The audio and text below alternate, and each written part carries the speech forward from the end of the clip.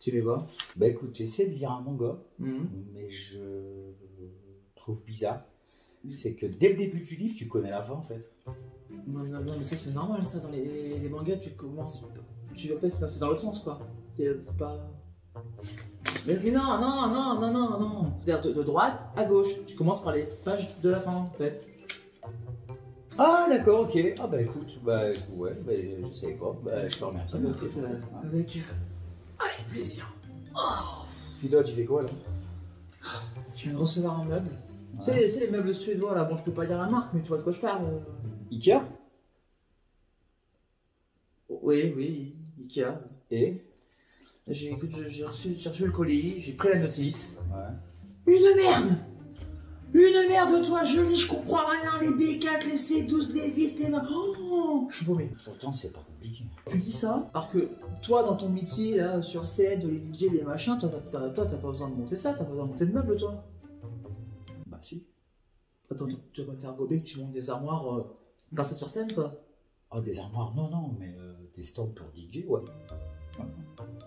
Attends, des stands pour DJ, c'est quoi? Ouais, stands pour DJ.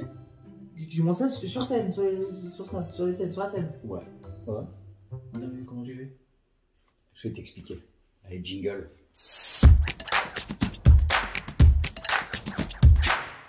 Bonjour et bienvenue cette semaine pour ce tout nouveau tuto. Et oui, pendant que Sven est en train de se démener avec son armoire Geekefluk là de chez les Suédois,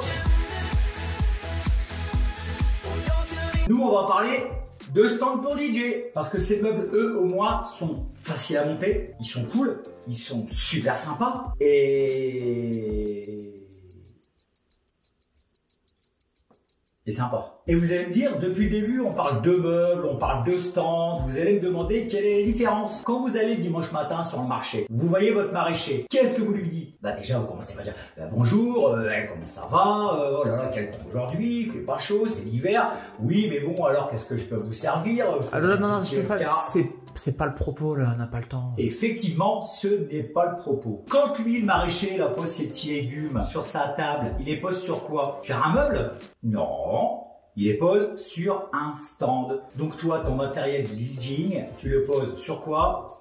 Sur un stand. C'est bien pour cela qu'on appelle ça un stand. Bon, après vous me direz, oui, moi poser mon matériel, une table, j'en ai largement assez. Mais écoute-moi bien, aujourd'hui, tu es devenu disque jockey confirmé. Il te faut le matériel adapté. Parce que je ne crois pas que c'est David Guetta qui va poser son matériel de DJing sur les cages.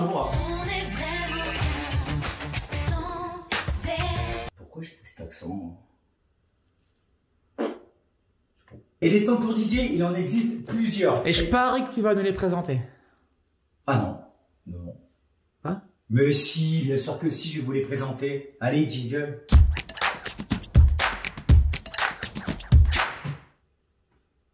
Oh putain, là ça déchire. On est bien. Laissez-moi vous présenter les stands mobiles. Ils seront parfaits pour les discos mobiles. Tu animes des mariages, tu animes des baptêmes. Il est facilement transportable, pliable, très léger. Il te suffit de le prendre, de le déplier, de poser ton matériel et puis de mixer. Et c'est du matériel qui n'est pas très onéreux. On peut avoir un produit très bien entre 100 et 200 euros. Il est adapté pour chaque matériel. On va avoir des stands pour poser des platines vinyles avec table de mixage ou encore un stand où on vient poser son contrôleur et son ordinateur par le dessus. Et on est vraiment sur un large panel pour tous les matériels. Il y a forcément un stand adapté. Bon, après tu vas me dire un stand comme ça c'est bien, ça fait professionnel. Mais quand tu poses ton matériel, tu branches tous tes câbles et tu as tous tes câbles qui pendent derrière, ça fait un peu moins professionnel. Qu'à cela ne tienne, j'ai la solution.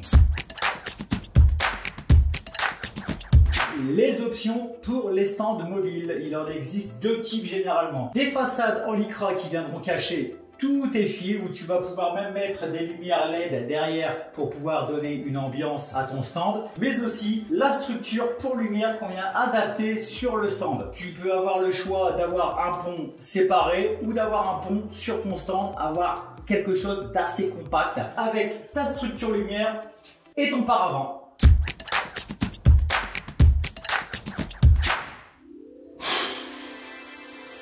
Eh ouais, Sylvain Mirouf n'aura qu'à bien se tenir. Bon, alors après, si tu es un DJ qui travaille plutôt pas mal et qui fait ça tous les week-ends, admettons que tu dois prendre ton matériel, le poser, le brancher, le débrancher en fin de soirée, revenir la semaine d'après, rebrancher, remonter, et que tu commences un petit peu à en avoir marre, ne cherche pas, j'ai la solution. Le tout en un, et oui, c'est un stand qui est assez pratique car tout le matériel reste à l'intérieur. On ne monte plus le matériel, on ne démonte plus. Il est incorporé dans un fly adapté. La partie façade, en fait, vient se transformer en table pour pouvoir venir poser son contrôleur lumière, venir poser ses CD, venir poser plein de choses. Tout est incorporé et ça, c'est plutôt pratique. C'est un stand un peu plus pratique que le premier, vous verrez quand même, il est monté sur roulette, donc forcément pour le transport ça facilite un peu. Donc s'il y a l'amélioration, on peut dire que voilà, le prix ne sera pas pareil. Ici on est dans les alentours de 350 € pour un modèle standard, un petit peu plus cher pour les modèles un peu plus perfectionnés et un petit peu moins cher pour les modèles un petit peu plus succincts. Et pour terminer, nous allons parler des stands fixes. Et là, tu fais pas d'effet, là. Tu fais pas d'effet. Mais non, mais c'est bon, on a compris. Les stands fixes vont être, eux, réservés pour les salles des fêtes, pour les salles de réception, pour des endroits où il sera posé et ne bougera pas. Vous comprendrez qu'un modèle comme celui-ci, on va pas se le mettre sur l'épaule et aller l'installer dans la salle des fêtes. C'est un peu plus compliqué. On le prend, on l'installe, il est posé, il ne bouge plus et c'est parfait ainsi. Donc, dans cette gamme de stands, on trouvera quand même des produits assez différents, du classique au un peu plus sophistiqué et au très sophistiqué. Et l'avantage, c'est que dans ces stands-là, toutes les connectiques sont incorporées directement. Pas besoin d'aller tirer des câbles, des rallonges. On a juste qu'à brancher dans la table.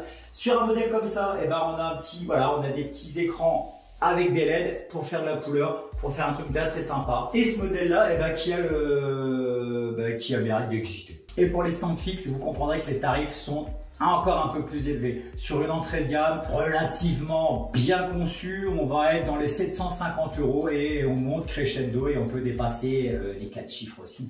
Après, tout dépendra de la technologie employée, de la taille du matériel, de la qualité du matériel. Tout est relatif. Et voilà, j'espère que vous en savez un tout petit peu plus sur les stands de DJ, que ça vous aura donné l'envie d'en acquérir un. Et forcément, comme je dis toujours, on achète un stand par rapport à ses besoins, pas parce que c'est plus beau, pas parce que c'est plus cher, on achète le matériel adapté à ses besoins. Si vous avez besoin de conseils, n'hésitez pas à me laisser des commentaires ou même si vous voulez me dire bonjour, laissez-moi un petit commentaire, demandez-moi, je me ferai un plaisir de vous répondre. Donc voilà, si la vidéo vous a plu, n'hésitez pas à la partager, à la liker, à vous abonner à la chaîne YouTube La Boutique SEV. En attendant, moi je vous donne rendez-vous dès la semaine prochaine pour une toute nouvelle vidéo. Bye bye! Et coupé! Allez, c'est terminé. Super. Bon, écoute, nickel. Écoute, là, je vois que tu as l'air super à l'aise au niveau des meubles, donc je vais te proposer un truc qui va sans doute te plaire. Ou pas. Ouais. Mon meuble. Ouais. Il t'attend. Il faut que tu le montes. Tu vas le monter parce que moi, j'y arrive pas. Moi, j'en ai marre. Ok, bon, j'ai encore perdu l'occasion de fermer ma gueule, moi.